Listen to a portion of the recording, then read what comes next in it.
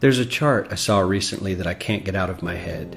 A Harvard business professor and economist asked more than 5,000 Americans how they thought wealth was distributed in the United States. This is what they said they thought it was. Dividing the country into 5 rough groups of the top, bottom, and middle 3 20% groups, they asked people how they thought the wealth in this country was divided. Then he asked them what they thought was the ideal distribution. And 92%, that's at least 9 out of 10 of them, said it should be more like this. In other words, more equitable than they think it is. Now that fact is telling, admittedly, the notion that most Americans know that the system is already skewed unfairly. But what's most interesting to me is the reality compared to our perception. The ideal is as far removed from our perception of reality as the actual distribution is from what we think exists in this country. So ignore the ideal for a moment. Here's what we think it is again. And here is the actual distribution. Shockingly skewed.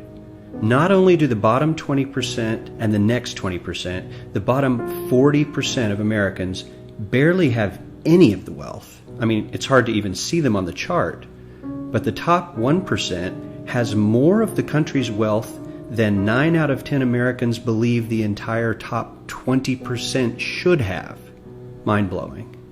But let's look at it another way, because I find this chart kind of difficult to wrap my head around. Instead, let's reduce the 311 million Americans to just a representative 100 people. Make it simple. Here they are. Teachers, coaches, firefighters, construction workers, engineers, doctors, lawyers, some investment bankers, a CEO, maybe a celebrity or two. Now let's line them up according to their wealth. Poorest people on the left, wealthiest on the right, just a steady row of folks based on their net worth. We'll color code them like we did before based on which 20% quintile they fall into.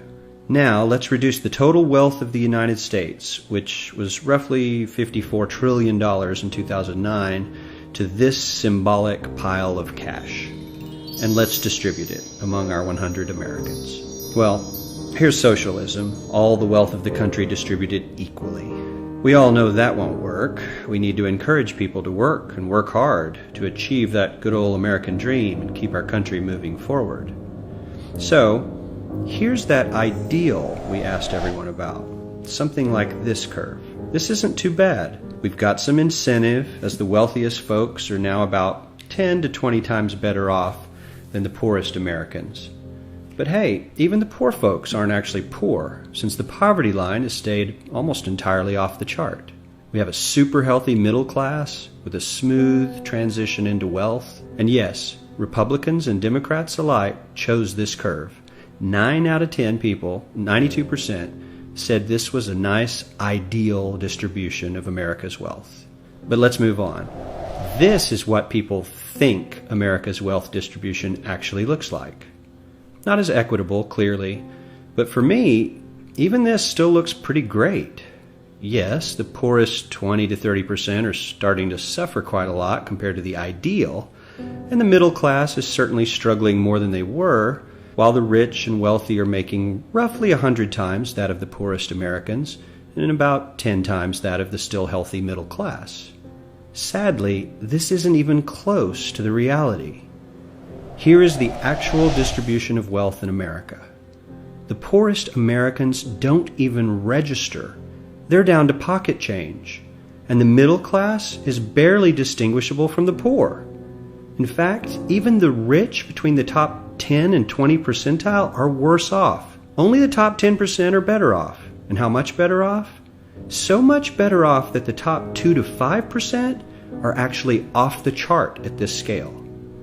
And the top 1%, this guy, well, his stack of money stretches 10 times higher than we can show. Here's his stack of cash, restacked, all by itself. This is the top 1% we've been hearing so much about. So much green in his pockets that I have to give him a whole new column of his own, because he won't fit on my chart. 1% of America has 40% of all the nation's wealth. The bottom 80%, 8 out of every 10 people, or 80 out of these 100, only has 7% between them. And this has only gotten worse in the last 20 to 30 years. While the richest 1% take home almost a quarter of the national income today, in 1976 they took home only 9%, meaning their share of income has nearly tripled in the last 30 years. The top 1% own half the country's stocks, bonds, and mutual funds. The bottom 50% of Americans own only 0.5% of these investments, which means they aren't investing. They're just scraping by.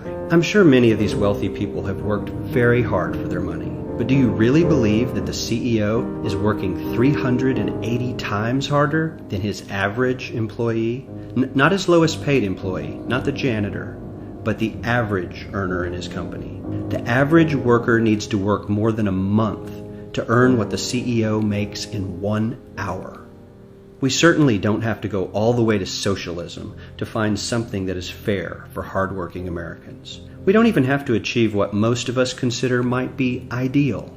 All we need to do is wake up and realize that the reality in this country is not at all what we think it is.